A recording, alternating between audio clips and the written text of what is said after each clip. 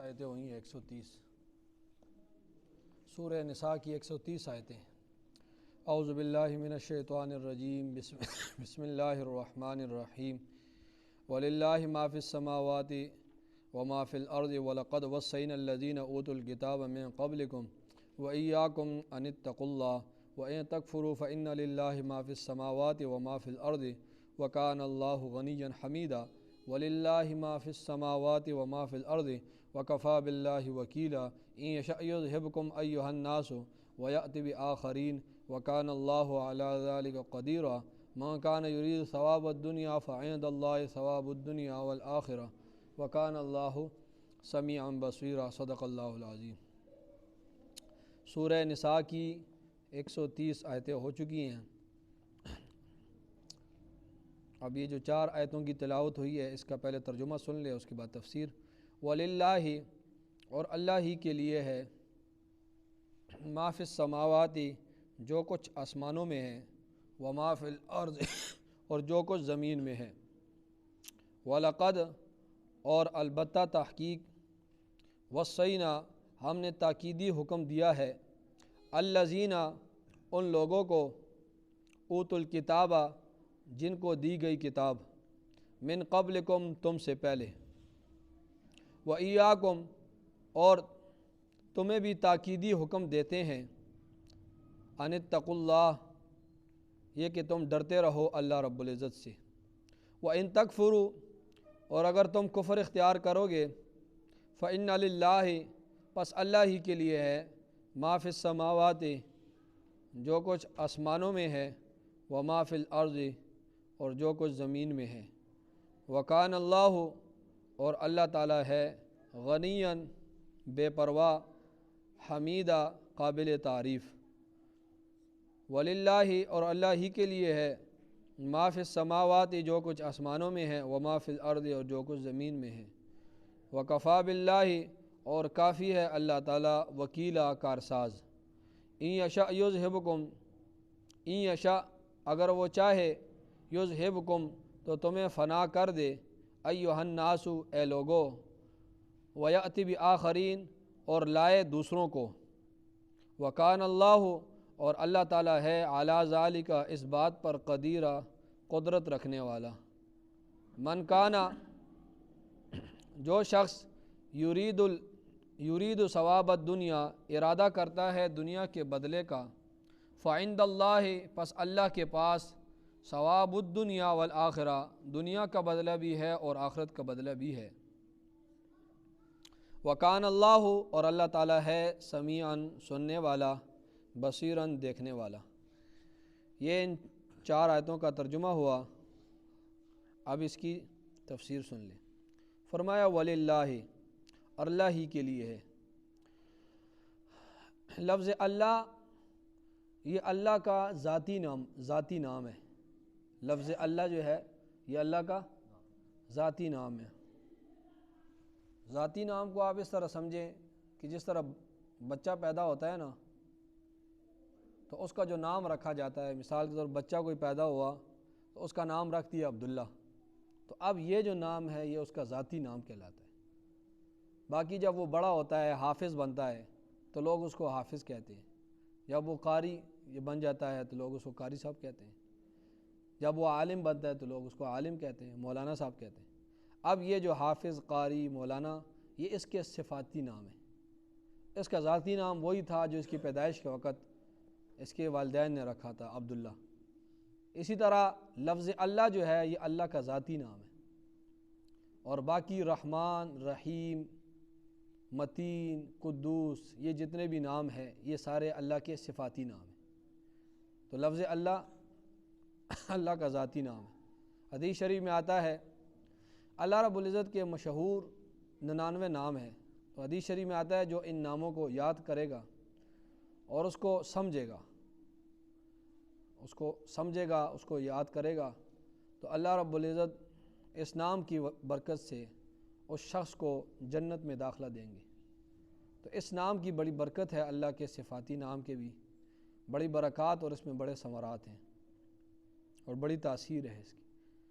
تو لفظ اللہ یہ اللہ کا کیا ہے؟ ذاتی نام ہے. عربی میں اس کو عالم کہتے ہیں۔ عالم کہتے ہیں کہ ایسا نام جو اس کی ذات پر بولا جائے اور وہ نام دوسروں پر نہ بولا جائے، جو اسی پر بولا جائے دوسروں پر نہ بولا جائے تو اس کو عالم کہتے ہیں۔ تو یہ اللہ کا عالم ہے، اللہ کا ذاتی نام ہے۔ اور لفظ اللہ کی تعریف کیا ہے کہ وہ عالم ہے ذات واجب الوجود کا۔ لفظ اللہ جو ہے اس کی تعریف کیا ہے کہ وہ عالم ہے ذات واجب الوجود کا۔ واجب الوجود کسے کہتے ہیں؟ واجب الوجود کا مطلب ہے کہ وہ اس کا اپنا وجود ہے، اس کو کسی نے نہیں بنایا، اس نے وہ وجود کسی سے لیا نہیں ہے، نہ اس کو کسی نے بنایا، وہ اس کا اپنا ذاتی وجود ہے۔ تو واجب الوجود اس کا اپنا وجود ہے، ٹھیک ہے۔ ساری دنیا اس کی محتاج ہے، وہ کسی کا محتاج نہیں ہے۔ ساری کائنات اس کی محتاج ہے، وہ بیمار نہیں ہوتا ہے، ٹھیک ہے۔ اور تمام تر عیب سے وہ کیا ہے؟ پاک ہے، تمام تر صفات اس کے اندر پائی جاتی، ٹھیک ہے۔ تو یہ جو لفظ اللہ ہے یہ اللہ کا کیا ہے؟ ذاتی نام ہے، اس کو آپ سمجھ لیں۔ باقی جتنے بھی نام ہیں اللہ کے وہ سارے جو ہیں صفاتی نام ہیں۔ وَلِلَّهِ اور اللہ ہی کے لیے ہے ما فی السماوات جو کچھ آسمانوں میں ہے۔ آسمان ہے، 7 آسمانیں ہیں، اوپر عرش ہے، پھر اوپر کرسی ہے، اور باقی آسمانوں میں جو فرشتے ہیں، چاند ستارے ہیں، یہ سب اللہ کی ملکیت ہے اور اللہ کے قبضے میں۔ تو فرمایا اللہ ہی کے لیے جو کچھ آسمانوں میں ہے وہ ما فی الارض جو کچھ زمین میں ہے۔ باقی جو زمینیں ہیں 7 زمینیں ہیں، اور اس زمین کی ملکیت بھی اللہ کی ہے، زمین کا مالک بھی اللہ ہے، ان زمینوں کا، آسمانوں کا مالک بھی اللہ ہے۔ باقی اس کے اندر جتنی بھی چیزیں ہیں سب کا مالک، خالق، متصرف وہ اللہ ہی ہے، ٹھیک ہے۔ اس کے حکم کے، اس کے ارادے کے بغیر پتہ بھی نہیں ہل سکتا سب۔ تو وہ جب مالک ہے ان تمام چیزوں کا، اور اس کے اندر جتنی بھی مخلوقات رہ رہی ہیں ان تمام چیزوں کا مالک ہے، تو پھر وہ اس کو اختیار ہے جس کو جو حکم دے۔ یتیموں کے بارے میں جو حکم دے اس کو اختیار ہے، کیونکہ وہ مالک ہے، خالق ہے، رازق ہے، متصرف ہے، اور وہ اسی کی ملکیت میں ہے۔ تو جو چیز جس بندے کی ملکیت میں ہوتی ہے تو اس کو اس میں اختیار ہوتا ہے کہ وہ اس کے ساتھ جو کچھ کرنا چاہے۔ تو اس کا اختیار ہے وہ مردوں کے بارے میں الگ حقوق بیان کرے، عورتوں کے الگ حقوق بیان کرے، یتیموں کے الگ حقوق بیان کرے، پڑوسیوں کے الگ حقوق۔ وہ مالک ہے، اس پر کوئی اعتراض نہیں کر سکتا کیونکہ وہ اسی کی ملکیت ہے۔ پیچھے جتنے بھی حقوق بیان کیے ہیں اس پر کوئی اعتراض نہیں کر سکتا، عورتوں کے حقوق، یہ پیچھے بچوں کے، یتیموں کے حقوق، میاں بیوی کے حقوق، تو وہ مالک ہے اللہ ہی کے لیے جو کچھ آسمانوں میں اور جو کچھ زمین میں ہے۔ وَلَقَدْ وَصَّيْنَا اور البتہ تحقیق، وصینا ہم نے تاکیدی حکم دیا۔ وصینا وصیت کہتے ہیں تاکیدی حکم کو، وصیت کیسے کہتے ہیں؟ تاکیدی حکم کو۔ تو حدیث شریف میں آتا ہے جس انسان نے وصیت کرنی ہے تو اس پر 2 راتیں نہیں گزرنی چاہیے کہ وہ اپنے پاس وہ وصیت لکھ لے، ٹھیک ہے۔ جس شخص نے وصیت کرنی ہے حدیث شریف میں آتا ہے تو اس پر 2 راتیں نہیں گزرنی چاہیے اس حال میں کہ اس نے وصیت نہ لکھی ہو۔ اس کو چاہیے کہ وہ وصیت لے۔ اس کی نمازیں کچھ رہ گئی ہیں تو وہ لکھ دے، مرنے سے پہلے وصیت لکھ دے کہ میری اتنی نمازیں رہ گئی ہیں تو اس نمازوں کا ہدیہ آپ دے دو، ٹھیک ہے، فدیہ، اور میرے اتنے روزے رہے ہیں تو اس کا آپ نے اتنے فدیہ دینا ہے، میرے اتنی زکوٰۃ میں نے دے دی ہے، اتنی رہتی ہے تو میری یہ زکوٰۃ جو رہ گئی ہے وہ دے دیں، اور مجھ پر حج فرض تھا، مجھ پر حج فرض ہوا تھا، میں نے اس میں تاخیر کی، میں نے نہیں کیا، تو اب میری جو ہے میری طرف سے کیا کر دو، حج ادا کر دو۔ تو وہ یہ وصیت لکھے، اور وصیت لکھنے کے بعد جو ہے وہ جو گھر میں جو بڑے ہیں، اہل علم لوگ ہیں، سمجھدار لوگ ہیں، اس کو جو ہے باخبر کرے کہ میری یہ چیزیں رہ گئی ہیں، یا میں نے اپنے، آج کل تو موبائل ہے اس کے اندر سارا کچھ پڑا ہوتا ہے، پروفائل بنائے اور اس کے اندر سارا کچھ رہ گیا، تو اپنا ایک ٹھیک ہے کوڈ بتا دے جو بڑے لوگ ہیں، اور کہیں کہ میرے اس میں سارا ڈیٹا موجود ہے، میں نے کتنے کس کو دینے ہیں۔ یہ تو عام لوگوں کے لیے نہیں ہے، عام لوگ تو لکھیں گے، باقی جو ہے تو وہ اپنے اس میں لکھ دیں اور بتا دیں کہ میں نے ان لوگوں کے ساتھ میرا لین دین ہے، تو اس میں میں نے سارا کچھ لکھا ہوا ہے، کون سے پیسے میرے ہیں بینک میں، کون سے لوگوں کے ہیں، اور کس کو دینے ہیں، مدرسے کی کتنے ہیں، کوئی اگر عالم ہے یا اس طرح، تو مسجد کے میرے پاس یہ فنڈ پڑا ہوا ہے، یہ پیسے میرے نہیں ہیں، یہ مسجد کے ہیں، تو یہ ساری باتیں وہ لکھ دیں۔ تو وصیت کہتے ہیں تاکیدی حکم کو، ٹھیک ہے۔ تو وصیت اگر کسی نے کرنی ہے تو حدیث میں کیا آتا ہے کہ 2 راتیں اس پر نہیں گزرنی چاہیے سال میں کہ اس نے وصیت نہ لکھی ہو، مطلب اس کو چاہیے کہ وہ وصیت لکھے۔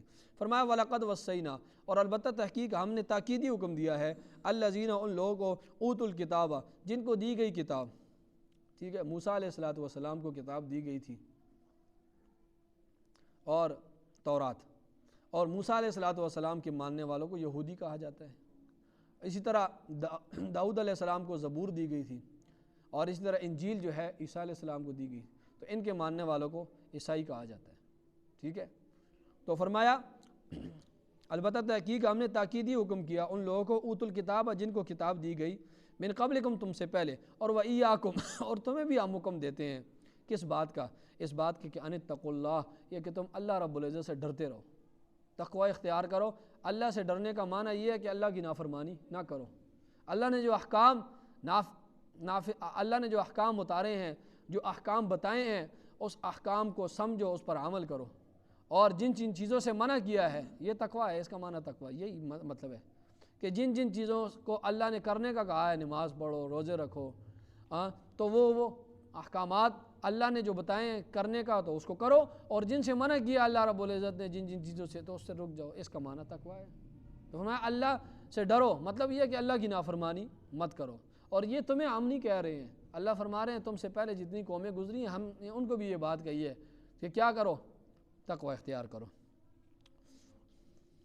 فرمایا وَإِن تَكْفُرُوا، اور اگر تم کفر اختیار کرو گے تو فَإِنَّ لِلَّهِ، پس اللہ ہی کے لیے جو کچھ ما فی السماوات، جو کچھ آسمانوں میں ہے، وما فی الارض، اور جو کچھ زمین میں ہے، ٹھیک ہے، اللہ ہی کے لیے۔ وَكَانَ اللَّهُ، اور اللہ تعالیٰ ہے، غنیًا، بے پرواہ، حمیدًا، قابل تعریف، ٹھیک ہے۔ حدیث شریف میں آتا ہے کہ اگر ساری انسانیت نیک ہو جائے، اللہ کو یاد کرے اور اللہ کی عبادت کرے، کوئی گناہ نہ کرے، ساری مخلوق اللہ کی، تو اللہ کی بادشاہت میں ایک رتی کے برابر بھی اضافہ نہیں ہوتا۔ مطلب یہ ہے کہ سارے لوگ، سب سے بڑے فرما بردار کون تھے؟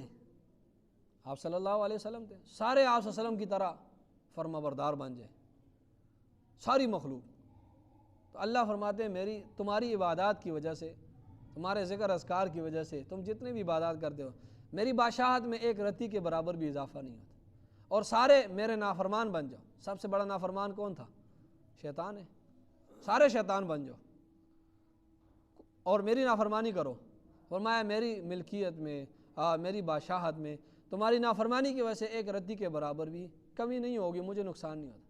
باقی اعمال کا فائدہ نقصان یہ تمہارے بارے میں ہے، تم کرو گے تو تمہیں فائدہ ملے گا، نہیں کرو گے تو اعمال کا نقصان تمہیں پہنچے گا۔ وَكَانَ اللَّهُ، اور اللہ تعالیٰ ہے، غنیًا، بے پرواہ، تمہارے اعمال کی اس کو کوئی ضرورت نہیں ہے، اور حمید، قابل تعریف ہے۔ یہ نہیں ہے کہ وہ ہے قابل تعریف، یہ نہیں ہے کہ تم تعریف کرو گے تو اس کی تعریف ہوگی، نہیں، وہ ہے قابل تعریف۔ اللہ فرماتے وَإِن مِّن شَيْءٍ إِلَّا يُسَبِّحُ بِحَمْدِهِ وَلَٰكِن لَّا تَفْقَهُونَ تَسْبِيحَهُ، کہ جتنی بھی مخلوقات ہیں وہ اللہ رب العزت کی تسبیح کرتی ہے تعریف کے ساتھ، ٹھیک ہے، جتنی بھی مخلوقات، باقی وہ اپنے شان کے مطابق جو کرتی ہے۔ سمندر ہے، چاند ستارے ہیں، پتا پتا، ذرہ ذرہ، وہ اللہ فرما رہے ہیں وہ جو ہے تم اس کی تسبیح نہیں سمجھ سکتے، وہ میری یہ تمام تر مخلوقات میری کیا کرتی ہیں؟ تسبیح کرتی ہے، میری تعریف کر رہی ہیں اور مجھے یاد کر رہی ہیں، لیکن تم اس کی تسبیح کو نہیں سمجھتے، تو تم تعریف کرو یا نہ کرو، اس سے میں بے پرواہ ہوں اور قابل تعریف ہوں۔ فرمایا وَلِلَّهِ، اور اللہ ہی کے لیے، ما فی السماوات، جو کچھ آسمانوں میں ہے، وما فی الارض، اور جو کچھ زمین میں ہے، وکفیٰ باللہ وکیلا، اور کافی ہے اللہ تعالیٰ وکیلا، کارساز، ٹھیک ہے، کام بنانے والا بھی وہ ہے، کام بگاڑنے والا بھی وہ ہے، ٹھیک ہے۔ کائنات میں جو کچھ ہو رہا ہے تو کوئی ایسا نہیں ہے کہ جو اللہ کے علاوہ کوئی کسی کو فائدہ دے دے، کسی کو نقصان دے دے، یہ نہیں ہے۔ باقی کسی کو فائدہ دینا ہو، کسی کو نقصان دینا ہو، عزت ذلت دینی ہو، فرمایا اللہ رب العزت کارساز ہے، اور یہ قرآن کا بنیادی سبق ہے، ٹھیک ہے۔ إِن يَمْسَسْكَ اللَّهُ بِضُرٍّ فَلَا كَاشِفَ لَهُ إِلَّا هُوَ وَإِن يُرِدْكَ بِخَيْرٍ فَلَا رَادَّ لِفَضْلِهِ۔ اللہ فرما دیا اگر میں تمہیں تکلیف پہنچانا چاہوں تو کوئی تم سے وہ دور نہیں کر سکتا، اور اگر میں تمہارے ساتھ بلائی کا ارادہ کروں تو کوئی ایسا نہیں ہے کہ وہ میری بلائی کو روک سکے۔ تو یہ قرآن کا بنیادی سبق ہے کہ اللہ تعالیٰ ہی کارساز ہے، سارے کام وہی بناتا ہے، خالق مالک رازق متصرف وہی ہے۔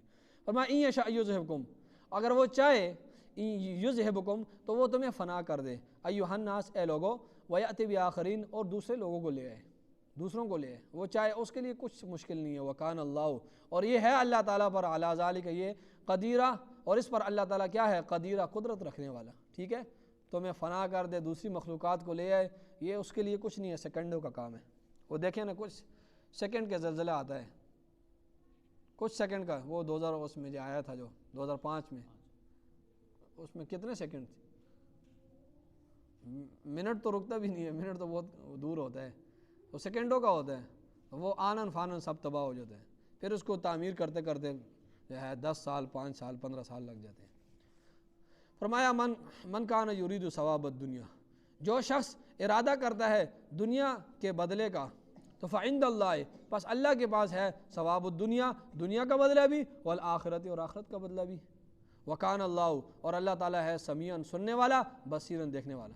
تم اگر آہستہ آواز سے بات کرو یا بلند آواز سے، تم منہ سے جو بھی نکالو گے تو اللہ رب العزت کیا ہے؟ سن رہا ہے، بصیرہ، تمہارے اعمال کو، تمہارے ظاہر باطن جو تم اعمال کر رہے ہو اس کو دیکھ رہا ہے۔ اس لیے جب یہ یقین بیٹھ جائے اللہ کا کہ اللہ میرا سن بھی رہا ہے، مجھے دیکھ بھی رہا ہے، تو جب اللہ یہ کہہ رہا ہے تو اس لیے ہمیں پھر پھونک پھونک کا قدم رکھنا چاہیے، اور ہمیں اس بات کو مد نظر رکھنا چاہیے کہ اللہ سن بھی رہا ہے، دیکھ بھی رہا ہے، اس لیے ہمیں ان تمام تر باتوں کا جواب بھی اللہ کے سامنے دینا ہے۔ ایک دن آئے گا، ہم نے حساب کتاب دینا ہے، اور وہ ہم سے یہ پوچھے گا۔